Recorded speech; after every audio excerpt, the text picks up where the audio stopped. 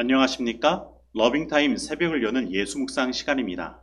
오늘의 예수묵상 범위는 창세기 49장 13절로 28절까지의 말씀입니다. 오늘도 이 말씀 속에서 하루를 살아가는 데 필요한 영적인 힘을 얻게 되기를 간절히 소원합니다. 먼저 본문 말씀을 읽도록 하겠습니다. 스불론은 해변에 거주하리니 그곳은 뱀에는 해변이라 그의 경계가 시돈까지리로다. 이사갈은 양의 우리 사이에 꿇어앉은 건장한 나귀로다. 그는 쉴 곳을 보고 좋게 여기며 토지를 보고 아름답게 여기고 어깨를 내려 짐을 메고 앞제 아래에서 섬기리로다.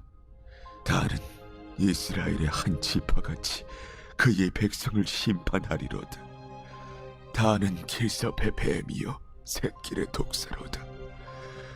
말굽을 물어서 그 탄자를 뒤로 떨어지게 하리로다. 여호와야, 나는 주의 구원을 기다리나이다. 갓은 군대의 추격을 받으나 도리어 그 뒤를 추격하리로다. 아셀에게서 나는 먹을 것은 기름진 것이라 그가 왕의 수라상을 차리리로다. 납달리는 노인 암사슴이라 아름다운 소리를 바라는도다. 요셉은 무성한 가지 곧 샘 곁에 무성한 가지라 그 가지가 담을 넘었도다. 활 쏘는 자가 그를 학대하며 적개심을 가지고 그를 쏘았으나 요셉의 활은 도리어 굳세며 그의 팔은 힘이 있으니 이는 야곱의 전능자 이스라엘의 반석인 목자의 손을 힘입음이라.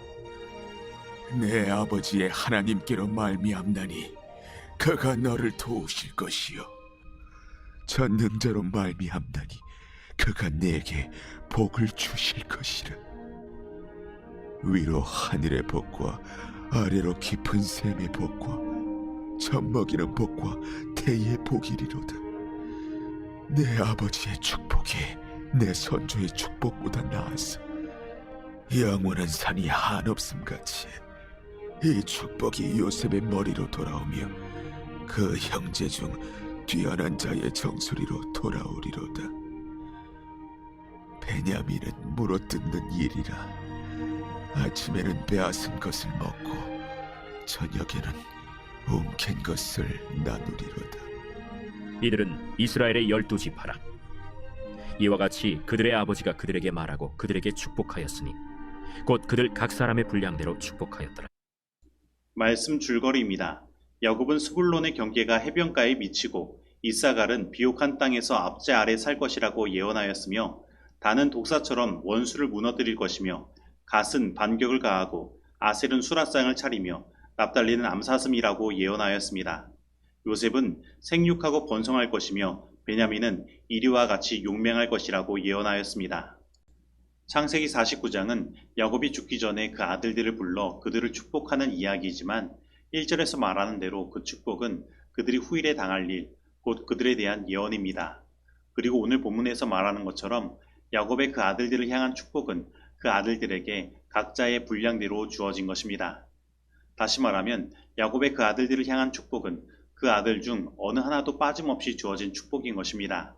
그리고 그 축복은 그들에게 예언이 되었으며 그들은 그 축복 안에서 그것을 이루며 살아가게 된 것입니다. 그러나 그들이 각자의 분량대로 다른 축복들을 누리며 살아가지만 그들은 각각 이스라엘의 지파를 이루며 하나님께서 선택하신 민족으로서 살아가게 될 것입니다. 이처럼 하나님은 우리 한 사람 한 사람을 살피시고 우리 각자에 맞는 분량대로 우리를 축복하시고 이끌어 가십니다. 우리에게 주어진 환경과 직분, 그리고 능력과 은사는 모두 다릅니다. 그런데 때로는 이러한 것들이 우리들에게 과분하게 여겨질 수 있지만 좀 부족하게 여겨질 수도 있습니다.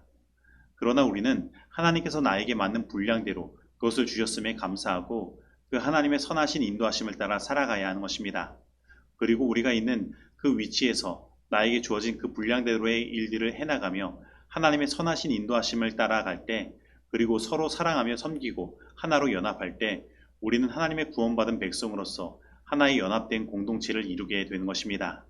그런데 야곱의 그 아들들을 향한 축복은 어떤 이들에게는 정말로 부족하고 아쉽게 느껴질 수 있습니다. 심지어 어떤 이들에게는 그것이 축복이 아니라 저주와 같이 여겨질 수도 있습니다.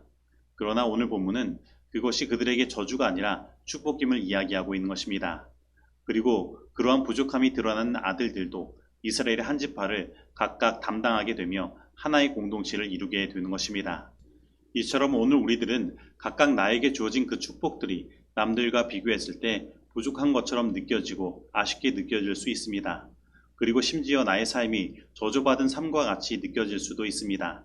그러나 하나님께서 나에게 허락하신 것은 그것이 비록 저주와 같은 것일지라도 그것이 오히려 나에게 축복임을 우리는 기억하고 하나님께 감사하며 그곳에 머물러야 하는 것입니다. 왜냐하면 지금 나의 분량은 그것을 감당할 수 없는 것이지만 하나님은 여전히 나를 포기하지 않으시고 당신의 백성들에게 삼아 주시기 때문입니다. 예를 들면 오늘 본문에 나타난 라헬의 여종 비라가 낳은 아들 단은 사사기에서 그들이 배정받은 땅을 포기하고 최북단으로 옮겨가며 우상 숭배에 빠지게 되었고 그의 후손이 유명무실하게 되어 요한계시록 7장에서는 구원받은 그 백성들을 나타내는 14만 4천인의 대열에 단지파가 빠지게 되는 일들을 보게 됩니다. 그러나 야곱은 오늘 본문 16절에서 그 단을 향하여 이스라엘의 한 지파같이라고 말하며 그도 한 지파임을 강조하는 것입니다. 그리고 18절에서는 여호와여 나는 주의 구원을 기다리이다 라고 말하는 것입니다. 즉 단을 향한 그 아버지 야곱의 마음은 그가 비록 이러한 저주와 같은 삶을 살게 된다고 하더라도 여전히 그를 이스라엘의 한 지파로 여김으로 그에 대하여 끝까지 포기하지 않는 마음인 것입니다. 그리고 그가 구원받기를 진심으로 소망한 것입니다. 그리고 이 마음은 우리를 향한 하나님의 마음을 대변하고 있는 것입니다. 우리 하나님은 우리가 저주와 같은 삶을 살게 된다고 하더라도 우리를 당신의 백성으로 여겨주시고 우리를 끝까지 포기하지 않으시는 것입니다. 그리고 우리가 구원받기를 진심으로 소망하시는 것입니다. 예수님도 자신의 12제자 중에 자신을 배반하고 팔아 넘길 유다를 끝까지 포기하지 않으시고 구원하기 위하여 자신의 12제자의 무리에서 내어 쫓지 않으셨습니다. 그러나 유다는 그 예수님의 마음을 알지 못하여 거절했으며 그 자신이 예수님의 제자됨을 포기하고 구원을 포기한 것입니다. 그리고 단도 마찬가지입니다. 하나님은 끝까지 그 단을 하나님의 백성으로서 이스라엘의 12지파 가운데 두셨지만 그는 그 대열에서 이탈하여 유명무실하게 되었고 솔로몬 시대 이후에는 그 흔적을 찾아볼 수 없게 되었으며 결국 요한계시록 7장의 구원받은 무리의 대열에 그 이름이 빠져 있는 것입니다. 즉 구원받지 못한 사람은 하나님께서 그를 그 구원의 대열에서 배제하시기 때문에 구원받지 못함이 아니라 끝까지 포기하지 않으시는 그 하나님의 마음을 그가 끝내 거절하고 그 대열에서 이탈하였기 때문에 구원을 받지 못하는 것입니다. 그러므로 오늘 이 하나님의 마음을 알고 오늘 나에게 허락하신 그 삶에 감사하며 하나님 안에 끝까지 남아 하나님의 백성으로서 살아감으로 끝내 최종적인 구원을 경험하게 되기를 바랍니다. 그리고 우리에게 주어진 축복을 누리는 삶은 내가 잘나서 주어진 것이 아닙니다. 야곱이 요셉에게 한 축복을 보면 그렇습니다. 오늘 본문 24에서 25절을 공동번역 성경으로 읽으면 야곱은 요셉에게 활은 꺾이고 팔마다 힘줄도 끊어졌다. 이것은 야곱의 강하신 이의 팔이 하신 일, 이스라엘의 목자 이름으로 이룩된 일이다. 너를 돕는 내 아비 하나님께서 하신 일, 너에게 복을 내리시는 전능하신 하느님께서 하시는 일이다. 라고 말하는 것을 보게 됩니다. 즉 축복을 누리는 삶은 우리의 목자 되시는 예수 그리스도를 통하여 주어지는 삶인 것입니다. 그리고 그 축복의 근원은 전능하신 하나님께 있는 것입니다. 그래서 우리는 언제든지 그 하나님 안에 머무르며 하나님을 의지하는 삶을 살아야 하는 것입니다. 그러나 때때로 우리는 얼마나 자주 나의 삶에 주어진 축복을 내가 잘해서 얻은 것처럼 착각하고 살아갑니까? 그리고 얼마나 자주 그 하나님 안에 머무르지 못하고 내 스스로 그 축복의 삶을 살아가고자 노력하고 있습니까? 우리는 분명히 기억해야 합니다. 우리는 나의 삶에 축복이 있든 저주가 있든지 간에 언제든지 예수 그리스도 안에 머무르며 전능자이신 하나님으로 말미암아 살아가는 삶을 살아야 하는 것입니다. 왜냐하면 우리의 삶에 주어지는 생명과 구원은 그 예수 그리스도 안에 있으며 우리가 삶을 살아가는 모든 힘도 그 전능하신 하나님으로부터 이르러 오기 때문입니다.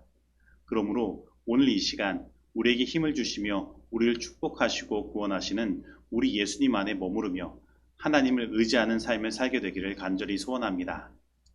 호흡이 있는 자마다 여호와를 찬양할지어다. 우리 중에 얼마만큼 감사를 표해야 할 것인지 합당하게 생각해 본 사람이 있는가?